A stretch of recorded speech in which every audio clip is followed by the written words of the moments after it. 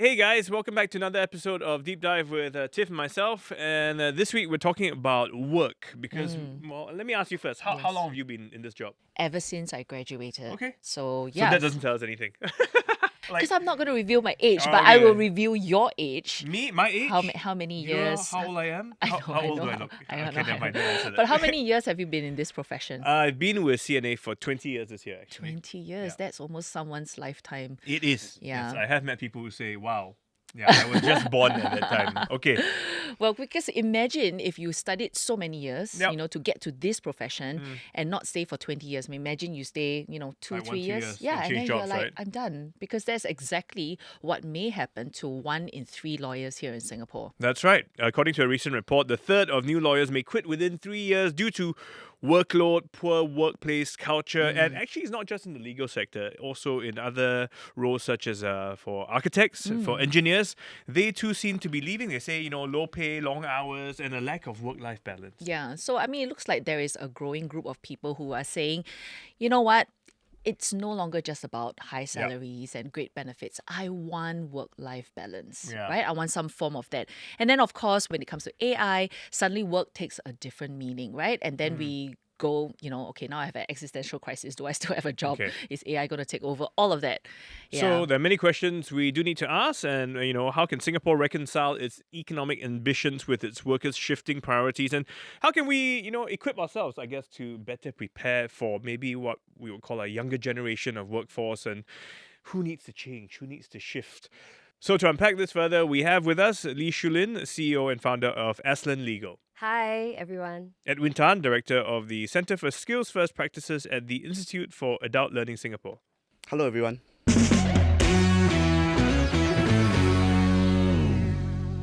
Shulin, I want to start with you first. You began your legal career about 20 years ago? Yes, Oh, same, right? 20 years ago. But I What's- didn't stay for 20 years in the same job. Exactly. yes. Yes. So you didn't stay for 20 years, but what struck you the most when you heard that 1 in 3 lawyers may actually leave their jobs? Do you think that did you see that coming? Was it surprising to you? So I don't find it surprising at all. But of course, I was a lawyer and I do legal recruitment, right, for a living for 15 years. What I find it surprising is that it's almost like a tradition. Every year, when we have 300 lawyers get called to the bar, there will be this same headline: "Oh, attrition rate is Right. worrying." And to me, what is the most surprising is that nothing actually has been done to address this attrition rate. Okay. So year in, year out, you're saying the same thing. People are going to leave, and people are surprised, but you're saying, actually, why don't we do something about it? Yeah. And Yes. nothing's been Yeah. done.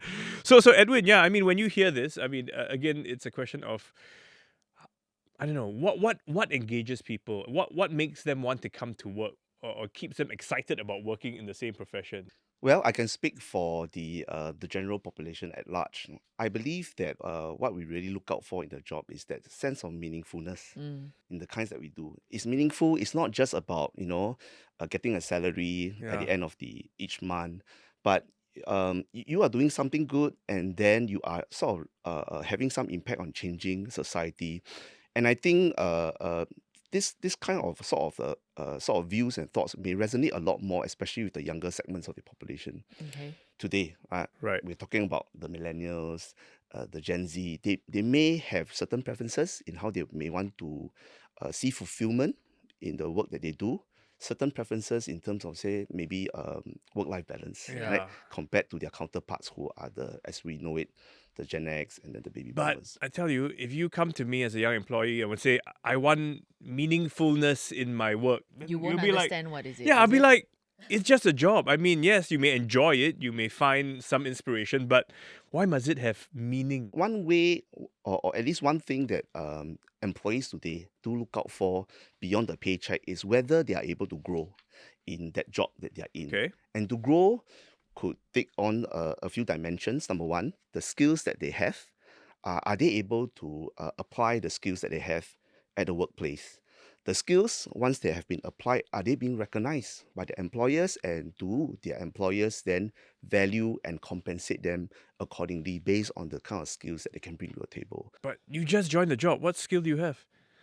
You know what I mean? I'm sorry, if this is your first job, then actually how can you be asking for that when you've come with a blank slate and actually I'm training you up as the employer? Yeah, so we are really talking about in today's age, we are really looking beyond just a paper qualification, right?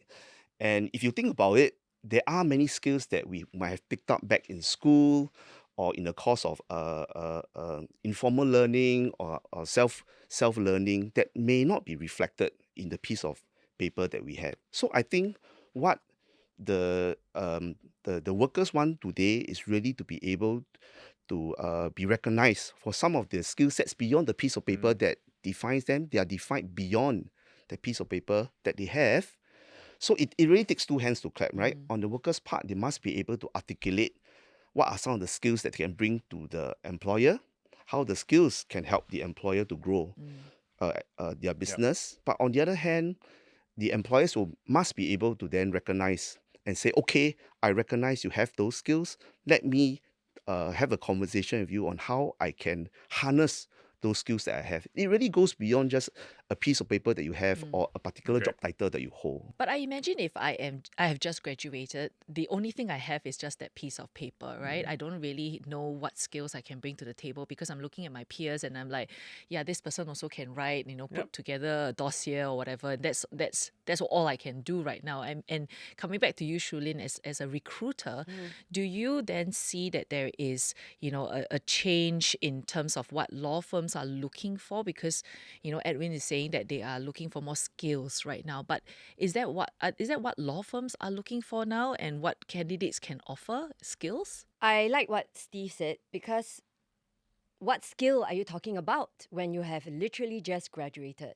You know what stands you apart from someone else? There's a real struggle when it comes to hiring fresh grads now. I'm in the market to hire fresh grads and Okay. Gen Zers. And I'm looking for that ingredient called hunger. And so are many corporations, banks, law firms, you name it. We don't see that hunger anymore. And hunger cannot be faked, cannot be manufactured. You either have it or you don't. So that's not a skill, right? That's something almost innate. Is it nature, nurture? Who knows? What I see law firms looking for is that, well, I have AI, I have law tech.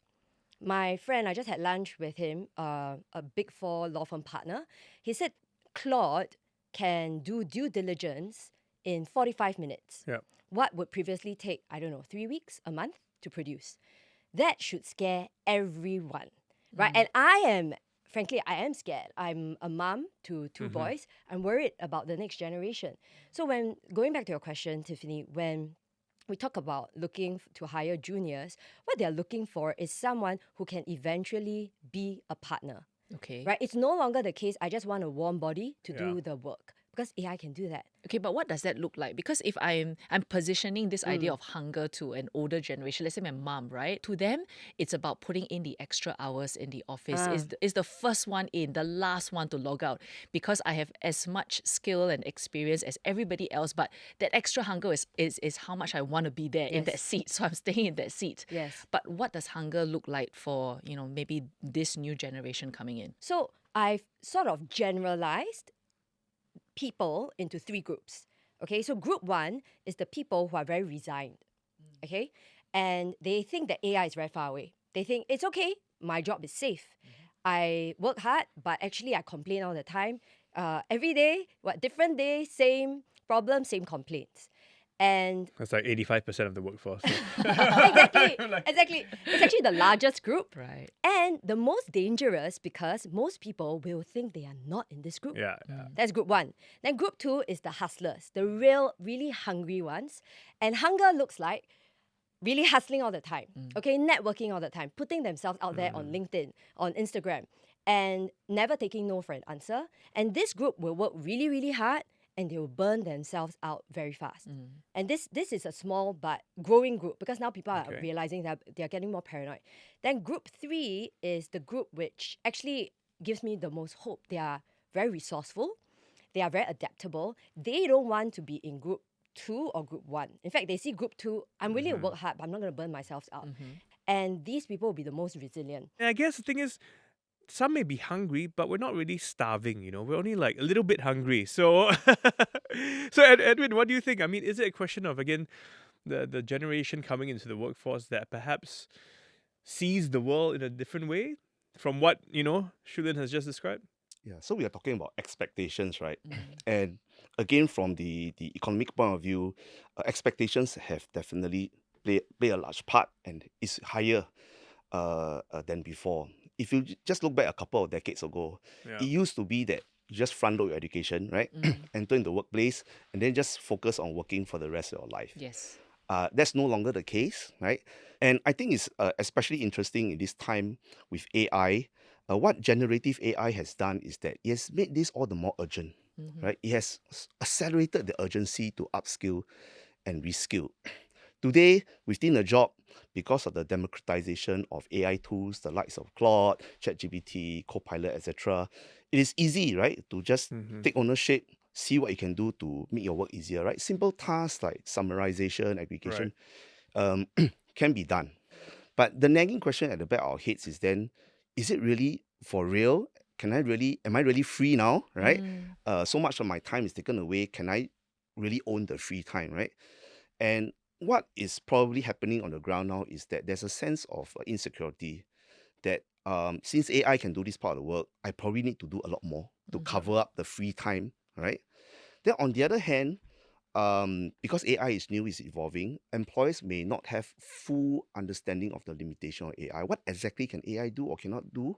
It may be foisting some level of unrealistic expectations on employees. In a way, the young people are saying that, look, I know how to use AI. I want to use AI for my work, and I'm doing it faster. I'm finishing faster. So why can't I just go and enjoy life after that? Why am I working harder? Why is that When you can work expectation? smarter, Yeah, so-called. but there is an expectation that we have to be more efficient. We have to be faster, and then more workload, and it just feels like a vicious circle, It right? is, Because it it never ends. But I want to, if we take AI out of the equation, I want to go back to is it just the basic mindset we have that these young people coming in and saying, well, I want life to be like that. I don't want to work 15 hours a day, but I still want to be paid X amount of dollars Or more. You know what I mean? Yes. So is there still that big Yes. mismatch? It's a huge mismatch, and I don't know how to reconcile it.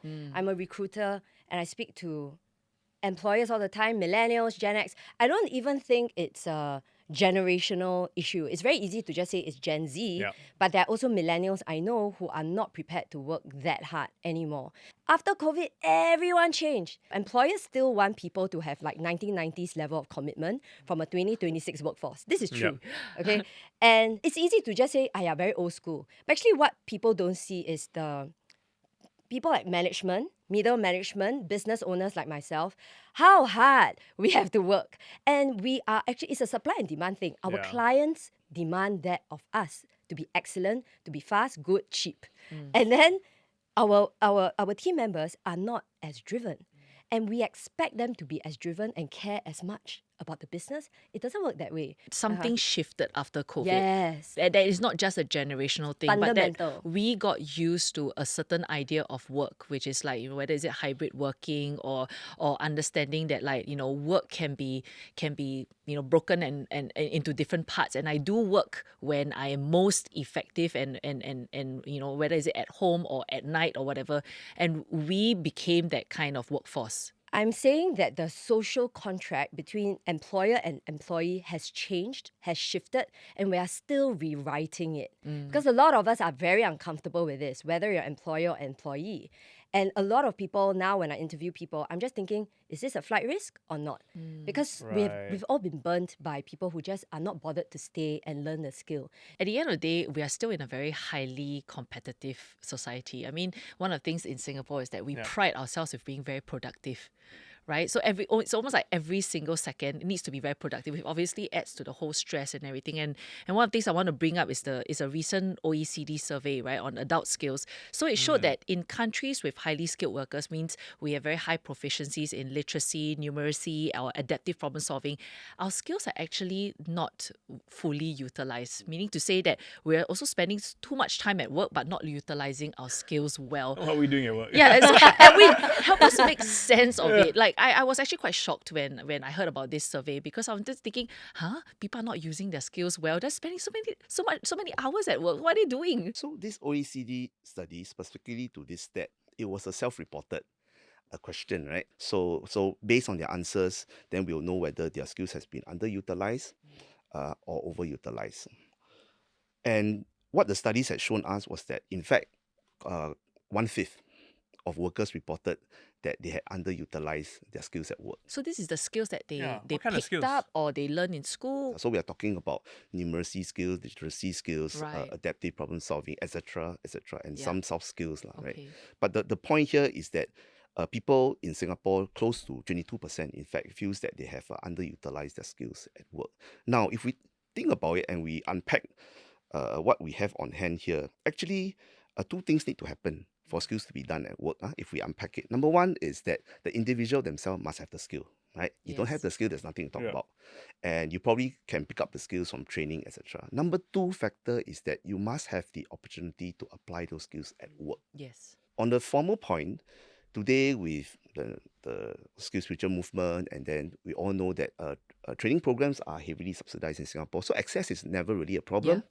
And we also know that today more than 1 in 2 Singaporeans are already using their skills future credit. So we have some sense that people are going for training and picking up the skills. But they're not using it at work. So what is less clear is that after you've gone for your training, you go back to your workplace, what had changed, right? I mean, we can easily relate to scenarios like after going for training, I go back, I'm faced with this whole backlog of emails all Yeah. waiting for me to deal with. And after I'm done and dusted, I don't have the mind space, the bandwidth to think of how I can apply the new skills at work. Now, sometimes the mind is willing, but the circumstances do not allow. For example, imagine this, I go for a data analytics course Yeah. to learn how to use Tableau. I go back, and then my boss tells me that, sorry, no money to subscribe to Tableau. Then I go for yes. training for what? Yes. So I can't, I mean, that's just one example on circumstances not allowing Right. some of these skills So to be used. again, that sounds like a bit of a mismatch. It's hard to always make sure that what you've learned is exactly usable in your day-to-day. So is it a question more about employees needing to be more agile and flexible and learning in ways to adapt what they have learned to apply it to the situation they're in? There are two sides of the coin to it, right? Within your own job scope, there is to some extent you can do certain kind of things to improve your work, apply your new skills. But if sometimes the work processes cut across departmental lines, right? You can't will the other person in the other department to play ball with you, right? So even Yeah. if you are upskilled and the person down the line is still doing the same old, productivity doesn't change for the whole organization. That's the company problem. The management shouldn't be it's looking too at the high. issue then. Yeah. It's too high in order to expect the individual to Okay. solve that kind of Yes. organizational structure issue. So Yeah. leadership is required, Yeah. like to sort of enable some of these changes to happen. Yeah. Because at the end of the day, if leadership doesn't change the culture, you are going to start seeing, high performing individuals leave, right? yeah, Like yeah. Yes. that attrition. Yeah, and all rate. the investment that we put into training, very little translates into ROI or returns in investment for the company, which is quite tragic if you think about it, because Yeah. we are only sort of looking at half the story. It's not just training, but what happens after the training. So should we be looking harder at job redesign? And is that even realistic in a company? I mean, like for you, when you are speaking Yes. to companies, right? Do you actually advise them to say maybe you don't need this, This particular role, role yeah. because the people that I have actually can bring your company to the next level. Maybe you Yes. need to redesign the job. Yes. Yeah. And then are they open to your Yes, advice, yes. or do they just go, Depends. that's not what I asked from you, Shulin? Depends. We are, and I've always advocated for law firms, for corporations to create more part-time, flexible jobs way before COVID. And I'm so proud of myself that I Give yourself a created this pat on job. the back. Yes, I created this job for this guy who just wants to run marathons all over the world. And so he wanted 60 days of annual leave. Right. He didn't mind a 30% pay cut. Okay. But he wanted to not check his BlackBerry, at the time still BlackBerry, Yeah. after 5:30 p.m. Unheard of, but I At that managed to time, negotiate yeah. that for him. And it depends on how self-aware and also how opportunistic employers can be. Because I'm also employing for my team. And I'm very open. If someone's hungry, and let's say is a working mom, wants to have flexible working Yeah. hours or part-time, I would create a role for her. But of course, I'm a small organization. I can be agile. Most corporations are not fond of this, I realize. Right. Because they don't want to set a bad precedent. Oh. And then, other people will want to have part-time jobs. A lot of women actually say but- it's full-time pay. No, full-time job, but part-time pay. I mean, if you ask for that flexi arrangement, normally the responsibilities don't really change, Yep. right? You just... True. But yeah, so it's a question of, again, in this hybrid work environment where actually we need more flexibility, Yes. don't we? I mean, Absolutely. But how are you going to do that though? I mean, I'm just thinking, even for a small company like you offer somebody that flexibility, means you have to hire a second person, maybe. right? I actually Depends on how you Which- redesign the job scope. with the Yes. same with Maybe same Tiffany will benefits work a bit across. harder. I'll pay her a bit more, but John will just do Yes. that role so that he can go and run marathons. So I think that's what's key here, Yeah. which is I think we cannot have everything. Yeah, we we cannot can't. want Yeah, yeah, everything. yeah. We Yeah, cannot. we can't. We cannot want to run full marathons, like 6 marathons across the world, But- and then have the same amount of pay as Stephen Chia. I think the average person will be a lot more reasonable, Yeah. right? Yeah, so as yeah. to speak. And I thought work redesign really gives us that opportunity Okay. to deal with, the workload being too heavy, too stressful, and it really works. Based on some of the case studies that I've been working on, it really works when you involve the job incumbent, the person whose job is being redesigned, involve also his or her supervisor, and then you have the HR and management to come in to support. Why do we want to involve so many Yeah. people, right? Why not top down? The whole reason is when you involve the job incumbent, you can have that very honest and open conversation on actually now I know that this is how you've been spending all your time. As a supervisor, I'm very clear that's how I've been spending all your time. You can also hear from me as a supervisor. Actually, I had wanted you to spend your time elsewhere, Right. in another way, right? So we can have that honest conversation on how we can start to sort of unbundle your work, look Yes. at each of these tasks, and decide if some of these tasks can be outsourced, right? Some Yeah. of these tasks can be substituted by AI or augmented by AI where the human is still in control. So that word you mentioned, conversation, I think that's the part that's missing. So the young ones who say, I'm not happy with this job, do I go and talk to my supervisor and say, I'm not happy because blah, blah, blah, can we find an agreement? Or do I just quit? And my sense is a lot of time they'll just walk out the door and say, I can find something else. Same thing for the employer. If I'm not happy with my young person, I say, come, let me talk to you. Why? Why are we not in sync? But we don't have that conversation so We often. don't. We sweep things under the carpet. Yeah. We assume that they are fine when they say they are fine.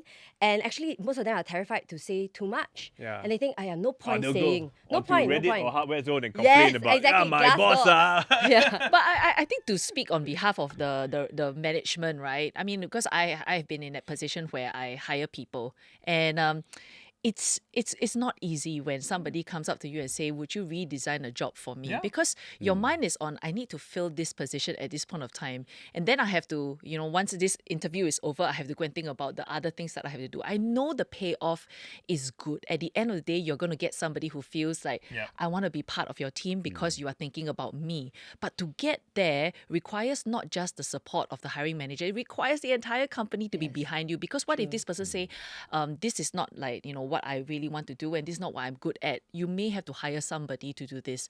And I don't have the resources, I don't have the money to do that. So how do we, in that sense, get to that stage where it's a win-win situation for everybody? 'Cause- Conversation. Yeah, but Conversation with your the conversation can your go boss nowhere and- also. No, it can. So I mean, we are hoping that in time, management, will look at things differently and be more open to suggestions from all around. That's why they do that whole peer 360 review. It's no longer this kind of Yeah. approach hierarchy. It has to Yes. be we all work together in different ways. Yeah. So things will change and things They have have to. to They have change, to. right? Yeah. Have to. With Absolutely. new generations. Otherwise, coming in. they will have no one to hire because all the young people will keep saying, I don't want to Yeah, work for you. everybody go and be after a while. entrepreneur. And after a while, the employer may have no choice but to adapt, right? Actually, well, I think work or job redesign is not a new concept in Singapore. It has been done for many, many years.